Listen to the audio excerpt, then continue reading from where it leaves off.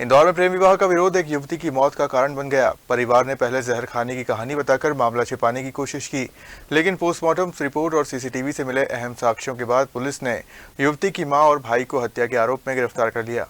इंदौर के हीरानगर थाना क्षेत्र में रहने वाली ज्योति अग्रवाल की संदिग्ध मौत के मामले में पुलिस जांच में चौंकाने वाला खुलासा हुआ है। पुलिस के मुताबिक ज्योति को उसकी मां शीतल अग्रवाल और भाई प्रकाश अग्रवाल निजी अस्पताल लेकर पहुंचे थे, जहां दावा किया गया कि उसने जहरीला पदार्थ खा लिया है। मामले में संदेह होने पर पुलिस ने पोस्टमार्टम कराया। रिपोर्ट में सामने आया कि युवती की मौत जहर से नहीं बल्कि मारपीट के दौरान आई गंभीर चोट के कारण हुई थी।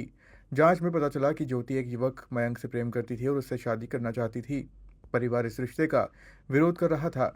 पुलिस के अनुसार 2 अप्रैल को ज्योति के मयंक से मिलने जाने की जानकारी मिलने पर मां और भाई ने उसकी बेरहमी से पिटाई की, जिससे वह गंभीर रूप से घायल हो गई और बाद में उसकी मौत हो गई।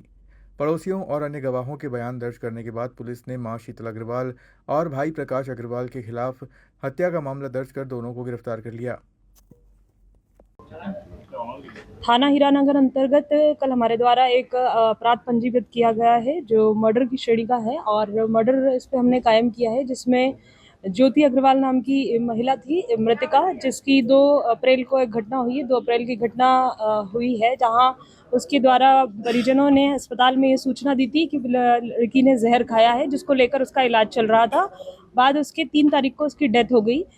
थाने से हॉस्पिटल से प्राप्त सूचना अनुसार हमारे द्वारा इसमें जांच जारी की गई। जांच के आधार पर घटनास्थल का निरीक्षण किया गया, एफएसएल टीम्स का निरीक्षण किया गया, वरिष्ठ अधिकारियों का भी इसमें निरीक्षण हुआ। सभी चीज़ों को जब हम देखते हैं और बाकी पूरी जांच की गई, विभिन्न प्रकार के इसमें बयान हमारे पास आए हैं इसकी माता के, पिता के, भाई के और अन्य पड़ोसी साक्षियों के हमारे द्वारा कथन लिए गए। बाद कथन के इस निष्कर्ष पे पहुंचे गए कि जिन कथनों को माता और भाई के द्वारा बताया गया था वो कहीं ना कहीं उनमें कुछ कॉन्फ्लिक्ट्स आ रहा था, जिसको लेकर हमारे द्वारा गहन जांच की गई। बाद जब पोस्टमार्टम रिपोर्ट आती है उसमें कॉज ऑफ डेथ पॉइजनिंग ना होकर हेड इंजरी रहा, जिस पर हमारी जांच और सघन हुई और हमारे द्वारा फिर घटनास्थल का निरीक्षण वरिष्ठ अधिकारियों के निर्देशन में किया गया, जिस पर से वहाँ जो पूरा घर था उसमें कैमरास लगे थे, जिसकी डीवीआर पूरी हमें खाली मिली गई। जो हमारे संदेह हमें जिस पर संदेह हुआ कि कहीं ना कहीं कोई ऐसी घटना यहाँ हुई है जिसको छुपाया जा रहा है।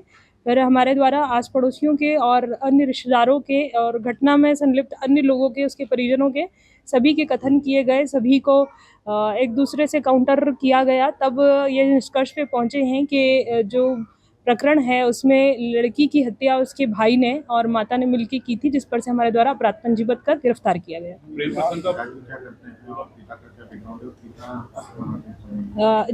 जैसा कि अभी हमारे जांच में आया है कि पिता उस समय घटनास्थल पर नहीं थे, वो अपने कार्य पर, अपनी दुकान पर थे। पिता इसमें हींग का कारोबार करते हैं। जी, घटना की जानकारी लेते जैसे ही हम पहुंचते हैं कि क्यों ऐसा घटना हुई, तब माता के द्वारा बताया गया था कि लड़की जो है वो किसी लड़के से मिलने के लिए जा रही थी और उसी बात को लेकर तात्कालिक रूप से वहां उनका झगड़ा हुआ और बाद की ही पूरी घटना हुई।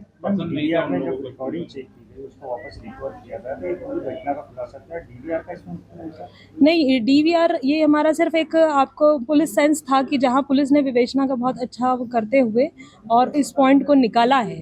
डीवीआर का डाटा तो रिकवर नहीं हो पाया, किंतु जिस तरह से डीवीआर खाली मिला और पूरा साफ डीवीआर हमको वहां पर मिला था। जो अमूमन हम किसी डीवीआर पर जाते हैं तो हमें धूल भरा डीवीआर मिलता है, जहां से हमको संदेह हुआ और फिर आस पड़ोसियों के अन्य साक्षियों को हमने इसमें शामिल करते हुए घटना को लिंक किया है और उसको जोड़ा है। पिता को क्या बाद में जानकारी मिली कि ऐसा कुछ पिता को जैसा माता और जैसा भाई के द्वारा बताया गया था वही घटना पिता ने बताई, अपने कथनों में बताई कि मेरी पत्नी ने मुझे ये बताया, मेरे बेटे ने मुझे ये बताया। तो इस प्रकार के कथनों से संभवतः पिता को पूरी घटना ज्ञात नहीं है।